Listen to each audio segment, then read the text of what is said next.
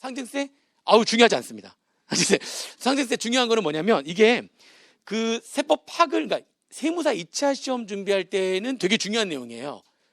근데 1차 시험하고는 관계가 없는 게, 이게 지금 중요한 게 공익법인과 관련해가지고, 공익법인한테 상속이나 증여를 하게 되면은 과세가역 불산입을 한다거나 해가지고 상속세, 증여세 과세 안 하거든요. 상속을 했는 상속재산의 거의 대부분을 공익단체에다가 출연해버리는 거야. 공익신탁에다 맡겨버리거나. 그러면 상속세 과세가역 불산입이라고 해가지고 아예 상속세가 과세가 안 돼요. 근데 그 공익법인 그러면 되게 중요하네. 그게 진짜 공익법인인지 아닌지, 아니면 이름만 공익법인이고 그걸 가지고 사적 이익을 추구하고 있는지를 확인해 봐야 될 거 아닙니까? 근데 그게 공익법인이라는 이름만 실질적으로 진짜 공익법인지를 확인하는 제도가 지금까지 없었단 말이에요. 감사를 안 했어, 감사를. 그래서 이번에 상속세법에서 들어온 거예요. 워낙 아시죠? 요즘 공익법인 가지고 말 많잖아요.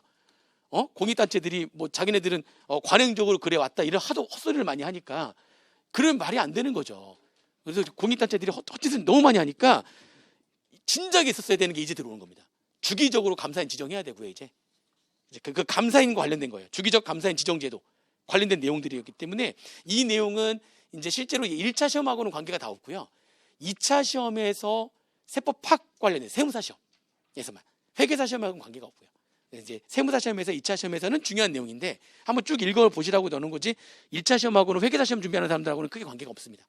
회계사 시험 준비하는 사람들은 회계사 된 다음에 문제가 있죠. 내가 감사인이 돼야 되는 거니까. 회계사 되고 난 다음에 이제 관계가 있는 거고. 그래서 시험하고는 관계가 크게 있지 않다. 세무사 2차 준비하시는 분들만 그쪽 내용들을 쭉쭉쭉쭉 보시면 됩니다. 1차 시험과 관련된 거는요, 102페이지에 7번 있죠. 7번. 뭐 이게 중요한 건 아닌데, 동거주택 상속공제라고 그래가지고 요건을 모두 충족을 하게 되면은, 그러니까 아버지를 아들이 모시고 10년 이상 산 거예요. 요건을 충족해야 돼요. 아들은 무주택자고, 그래서 같이 동거하면서 아버지를 10년 이상 동거 봉양한 겁니다. 그래서 아버지한테서 그 아들이 주택을 상속받은 거예요. 그러면 그 주택 가격의 100%와 6억 원 중에서 작은 금액만큼은 상속 공제를 해줍니다. 그러니까 최대 6억까지는 상속 공제 해주는 거죠. 100%니까 최대 6억까지는 상속 공제 해주는 거예요. 그게 동거주택 상속 공제라는 거예요. 자, 근데 내가 직계 비속인 경우만 되는 겁니다. 아들, 딸이 아버지를 모시고 있는 직계 비속의 경우에만 여러 가지 요건을 쭉 해야 되는 거예요. 그게 10년 이상 동거해야 되죠. 그리고 아버지가 그 주택 하나만 갖고 있어야 되죠. 그죠? 그리고 아버지하고 아들이 합해가지고 주택 하나만 있어야 되는 거죠. 여러 가지 요건을 쭉 하게 되면 직계 비속이 동거주택 상속공제를 받았는데, 근데 그 직계 비속이 사망한 거야. 그래서 그 직계 비속의 배우자, 예를 들면 며느리가 관계가 좋아가지고 계속 모신 거야. 계속 가다가 10년 동안 하는데, 기간이 10년이니까 10년 안에 뭔 일이 발생할지 어떻게 알아요? 아들이 먼저 사망해버린 거야. 근데 누가 계속 모시고 사는 거죠? 며느리가 계속 모시고 산 거야. 근데 누구만 동거주택 상속공제를 받을 수 있게 돼 있었어요? 직계 비속만 동거주택 상속공제를 받을 수 있게 돼 있었다니까. 직계 비속의 배우자는 안 되는 거였다니까. 말이 돼요? 직계 비속의 배우자가 한 건 더 아름다운 얘기인데, 근데 친아빠 친엄마가 아닌데도 걔가 계속 동거부양을 한 건데, 나이가 많으시니까 돌아가실 때까지. 근데 그걸 안 해줬다니까. 그래서 직계 비속의 배우자도 허용하겠다. 당연한 게 이제 들어온 거예요. 당연한 게. 그게 당연한 게 들어온 거고, 나머지 다 필요 없는데, 11번 103페이지에 그 영농상속공제가 있는데, 원래 한도가 15억 원이었거든요. 근데 그게 이제 한도가 20억 원으로 늘어났어요. 문제 출제는 계산 문제는 안 나오죠. 계산 문제로 나오려면은 농어민으로 해가지고 계산 문제가 나와야 되는데, 농어민으로 해가지고는 잘 안 나옵니다. 왜냐면 농어민 같은 경우에는 세금 내는 게 거의 없거든요. 그러면 잘 안 나옵니다. 안 나오는데, 아무튼 영농상속공제가 그 15억에서 20억 원으로 한도가 더 늘어났다는 거랑, 그 다음에 12번하고 13번만 보면 되는데요. 12번은 뭐냐면은, 상속세 같은 경우에 납부해야 되는 금액이 2천만 원을 초과하게 되면 연부연납할 수 있거든요. 연부연납을 할 수가 있습니다. 연부연납을 할 수가 있는데, 그 2천만 원 초과할 때에 그게 가업상속을 하게 되면은 총 10년 또는 3년 거치 7년 또는 20년 가업상속을 하게 되면 10년 또는 20년 동안 연부연납을 할 수가 있고, 그렇지 않은 일반적인 상속의 경우에는 납부할세액 2천만 원 초과한다 할지라도 최대 연부연납 기간은 5년이었어요. 근데 그게 일반적인 상속의 경우에도 연부연납을 총 최대 몇 년까지 할 수 있다? 10년 동안 할 수가 있다. 10년 동안 할 수가 있다. 근데 증여세도 연부연납 있으니까 똑같아요. 증여세도 납부할세액 2천만 원 초과하게 되면 연부연납 하거든요. 몇 년 동안 나눠서 낼 수 있다는 거예요. 그러니까 근데 증여세는 똑같이 그냥 그대로 5년. 걔는 안 바뀌었어요. 증여세는 연부연납 5년, 상속세는 연부연납이 이제 5년에서 일반적인 경우도 몇 년? 10년, 최대 10년, 최대 10년 되는 거예요. 그리고 상속세 물납제도가 있었는데, 상속세 물납제도가 어떤 경우냐면 납부할세액 2천만 원 초과하면서 내가 상속받은 재산이 부동산하고 유가증권, 돈으로 받은 게 아니라 부동산하고 유가증권 받은 게 전체 상속자산의 50%를 초과하는 거야. 그러면서 납부할세액이 얼마를 초과해요? 2천만 원 초과하는 거야. 그러면서 뭐가 부족하냐면 납부할세액 중에 돈이, 금융자산이 납부할세액보다 금융자산이 더 작은 거야. 그러면은 금융자산이라도 있으면 그걸로 내면 되는데, 그렇다면 뭘로 납부할 수 있어요? 그저 현물로 납부할 수 있습니다. 그런 요건을 모두 충족했을 때에만 물납을 허용했거든요. 납부할세액 2천만 원 초과해야 되죠. 부동산하고 유가증권이 차지하는 비중이 전체 상속자산의 50%를 초과해야 되죠. 그리고 상속재산이 납부해야 될 세액보다 더 작아야 되죠.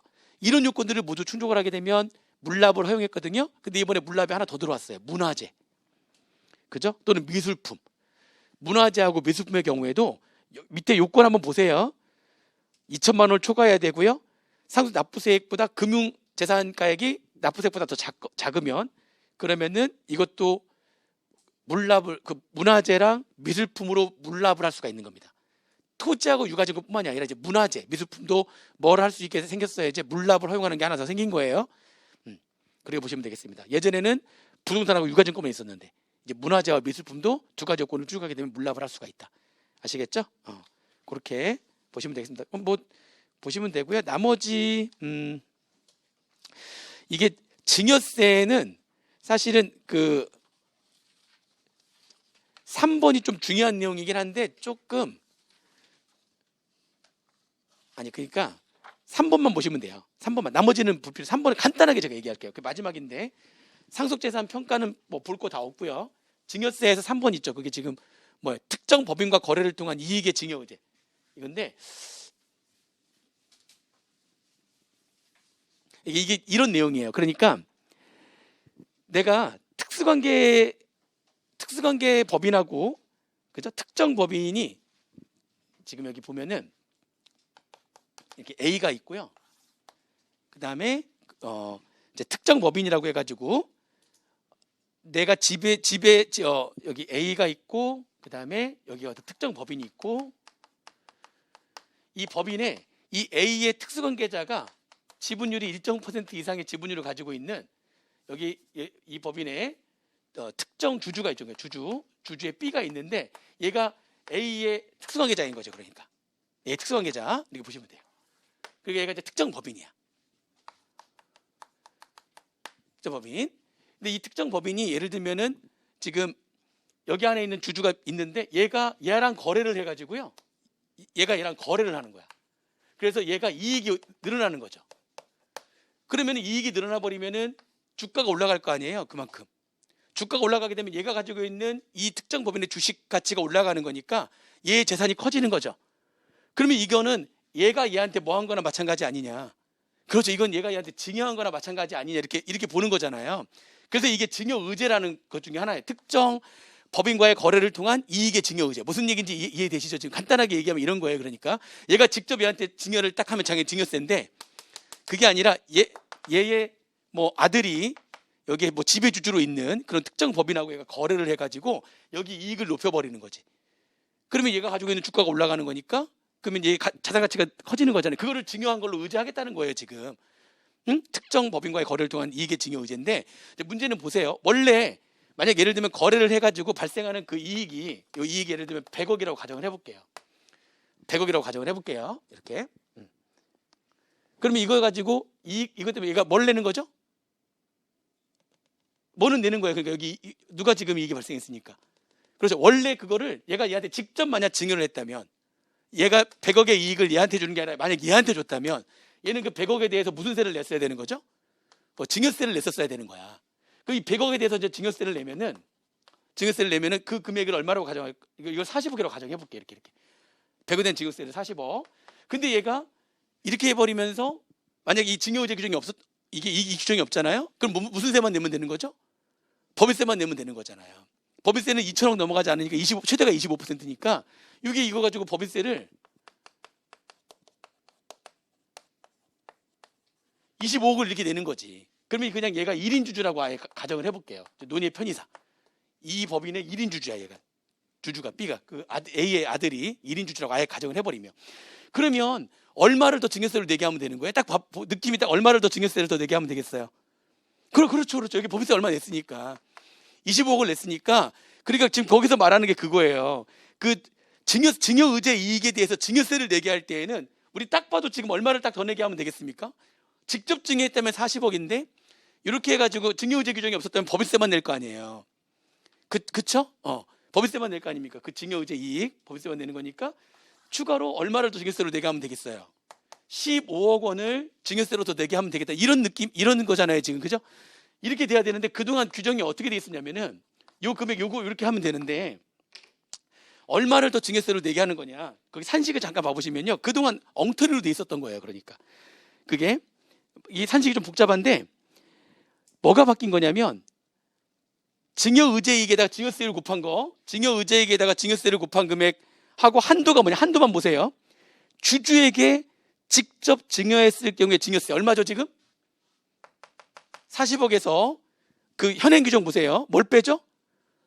법인세 상당액을 뺀 금액이다. 그러니까 얘에서 얘 뺀 금액만큼이 추가로 더 증여세로 내야 될 금액이다. 지금 이 얘기 아닙니까? 근데 그렇게 만들어 놓고서 산식을 구체적으로 어떻게 만들었냐면 이렇게 표현했어요. 지금 기존의 현행 규정은, 자 보세요. 얼마나 잘못됐는지 볼게요. 거기 그렇게 해놓고 현행 규정은 어떻게 돼요? 그게 뭐냐면 는 해놓고 증여의제이익, 그 증여의제이익이 지금 100억이잖아요. 지금 그 이익 100억. 현행 규정은 증여의제이익 100억에서 곱하기 증여세율, 그게 지금 얼마였죠 지금 아까? 그래서 40억이었잖아요. 그 40억 거기서 빼기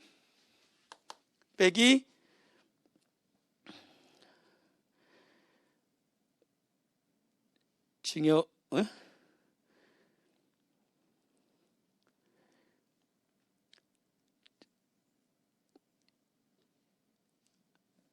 거기 지금 거기 내용 보시면은 그게 이렇게 봐요. 증여의제 이익이라고 하는 게 어떻게 되어 있냐면 이렇게 표현되어 있어요. 그 밑에 꼽으셔 가지고 증여재산가액에서 법인세 상당액에 대한 증여세를 뺀 금액을 증여의제액으로 한 거예요. 그러니까 이게 표현을 잠깐 보면은 이렇게 되어 있어요. 현행은 증여의제 이익에다가 증여세를 곱하고 여기서 이제 법인세 상당액을 빼는 거예요.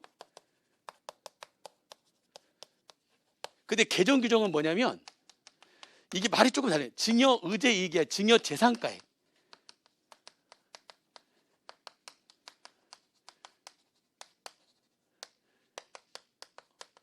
이게 무슨 차이가 있느냐? 이 증여의제 이익을, 증여재산가액이 지금 100억이고요. 증여의제 이익이라고 하는 거는 그 100억에서 법인세 낸 금액 있죠? 걔를 뺀 금액이 증여의제 이익이라고 계산은 이렇게 돼 있거든요. 증여의제 이익 계산이. 그러면은 이게 위에 있는 산식이 좀 이상한 거죠. 이게 100억에다가 이거 해가지고 나온 이 금액이 얼마고요 지금? 40억에다가 25억을 뺀 금액인 얼마를 지금 증여세로 거두면 되는 거죠? 이렇게 해야 되는 건데 증여세율을 40%로 가정을 해볼게요. 그러니까 이렇게.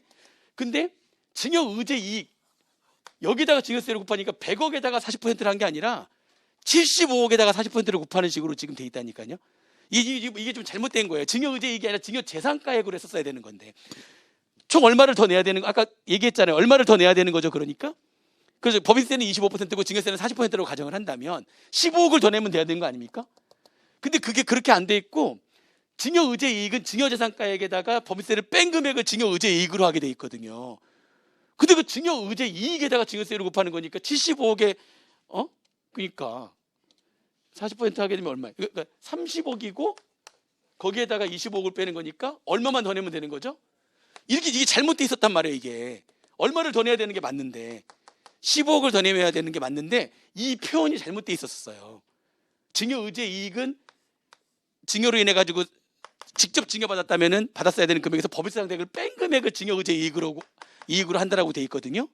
근데 그게 아니라 증여재산가액 이 100억으로 했었어야 되는 건데 이해되시죠? 그래서 그게 바뀐 게 증여의제 이익이 증여재산가액으로 바뀐 거예요. 그래서 보면은 똑같은데 사실이 똑같은데 증여의제 이익이 증여재산가액으로 바뀐 거예요. 그게 바뀐 거예요.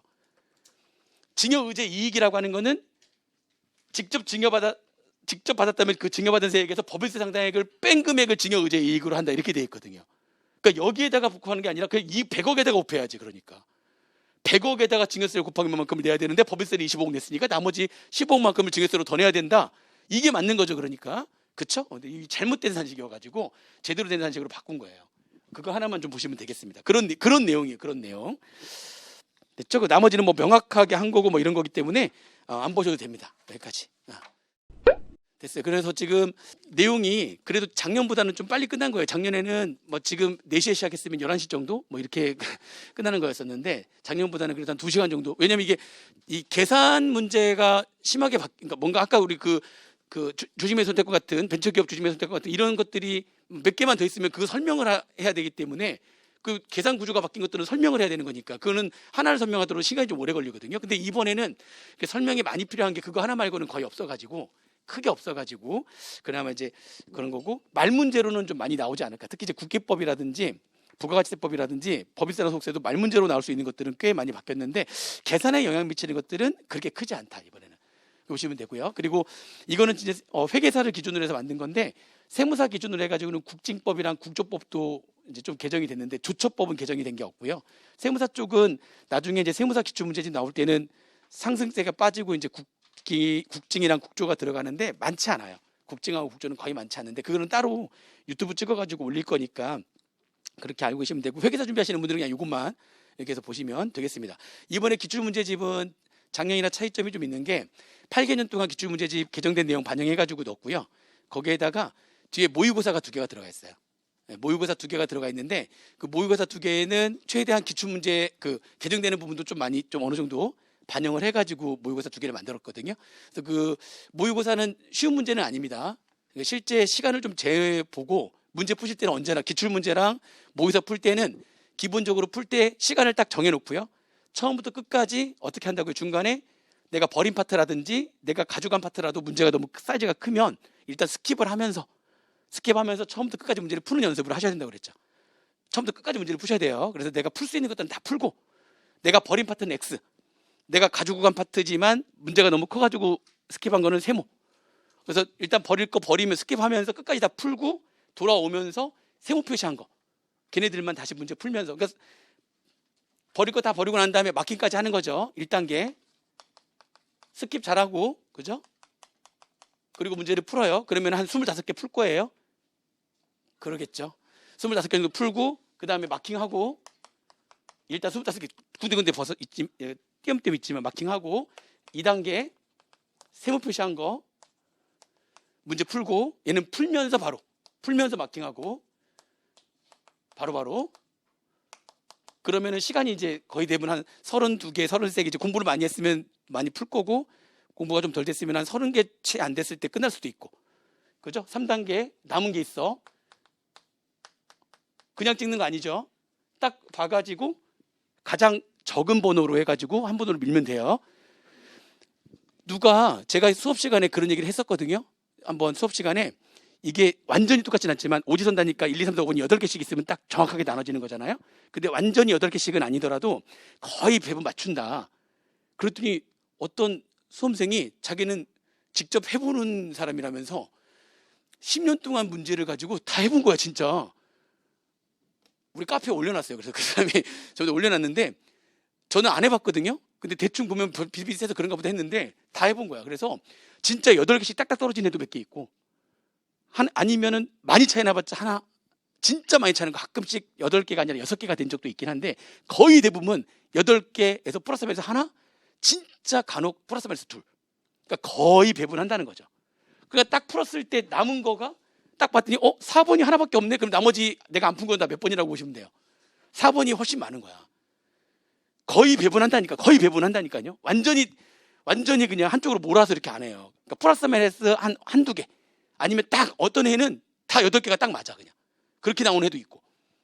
그래서 운 좋게 내가 안 푼 게 한 번호가 많이 비어 있으면 그러면은 되게 기분 좋아하셔야 되는 거예요. 맞을 확률이 훨씬 높아지는 거니까. 아, 진짜 그렇다니까요. 그리고 누가 10년 걸 분석했어. 그래서 선생님 말이 맞군요. 뭐 이러면서 이제 그 결론 낸 거야. 그렇다니까요. 그러니까 한번 해보세요. 그렇게. 그래서 단계 딱 해가지고 하셔야 되고요. 지금 한 달 좀 넘게 남았는데 회계사 시험 준비할 때는 한 달 넘게 남은 기간 동안에는 중요한 거는 지금부터 공부하는 거는 지금까지 공부한 1년 동안 공부보다 훨씬 더 많은 공부를 하게 될 거예요. 그만큼 엄청난 집중력으로 공부를 해야 되는 거거든요. 설렁설렁하지 않고 그러니까 이게 지금부터는 엄청난 집중력으로 공부를 하시면 되는 거고 1년 동안 공부한 것보다 훨씬 더 많은 양을 공부하게 될 겁니다. 그렇게 공부를 하시면 되는 거고 문제 마지막에 풀 때 이렇게 3단계 거쳐가지고 문제 푸시면은 본인의 실력보다 3, 4개는 더 맞을 수 있어요. 아무튼 열심히 하시고요. 좋은 결과로 나중에 또 뵙도록 하겠습니다. 수고하셨습니다.